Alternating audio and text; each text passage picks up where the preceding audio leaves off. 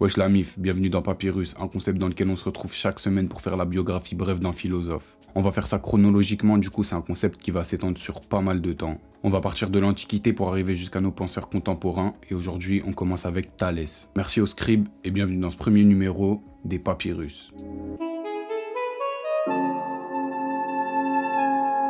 Thalès c'est un penseur, philosophe, mathématicien qui est né en -625 à Milet.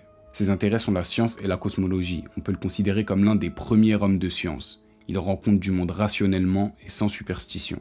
On sait très peu de choses sur lui, mais ce qui est sûr, c'est qu'en -585, il a prédit une éclipse pour le 28 mai qui s'est vraiment réalisée. Ce qui pourrait alors dire que ces théories étaient réellement fondées. On suppose qu'il était marchand, donc il a vu beaucoup de cultures et d'idées différentes. C'est le premier géomètre en Grèce et il théorise la bisection du cercle par son diamètre. Il adhère à une théorie qui est sûrement héritée de l'Égypte antique. La Terre serait un cylindre avec de l'eau au-dessus et en dessous, elle flotterait alors sur l'eau et recevrait la pluie de l'eau qui tombe. Pour Thalès, l'eau c'est l'élément constitutif de l'univers. On n'a pas réellement décrit Thalès, seulement des légendes, mais il se pourrait qu'il soit panpsychiste. Il fait donc sa vie à Milet en Grèce antique, ce qui fait de lui l'un des premiers penseurs milésiens.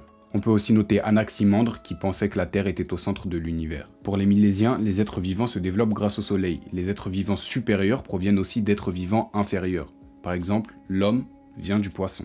Anaximandre soutenait aussi le principe d'illimité du monde qui sous-tendait les 4 éléments. L'important ici, c'est pas les théories en elles-mêmes et leur fond, mais la forme, l'approche que les Milésiens donnaient aux problèmes. Ils tentent de les résoudre avec des explications naturelles à l'inverse des explications spirituelles. Par exemple, pour bien comprendre ça, Thalès n'expliquait pas les tremblements de terre par l'intervention d'un dieu marin, mais par l'agitation de l'eau sur laquelle la terre flotte. J'espère que ce papyrus sur Thalès vous a plu. Je sais que c'est court, mais le principe des papyrus, c'est de donner quelques informations clés sur un personnage de l'histoire que je trouve intéressant. Dans tous les cas, je vous laisse plein de sources dans la description si vous voulez aller approfondir sur le personnage. Si merci d'avoir regardé celle-ci, on s'attrape la semaine prochaine pour une nouvelle vidéo.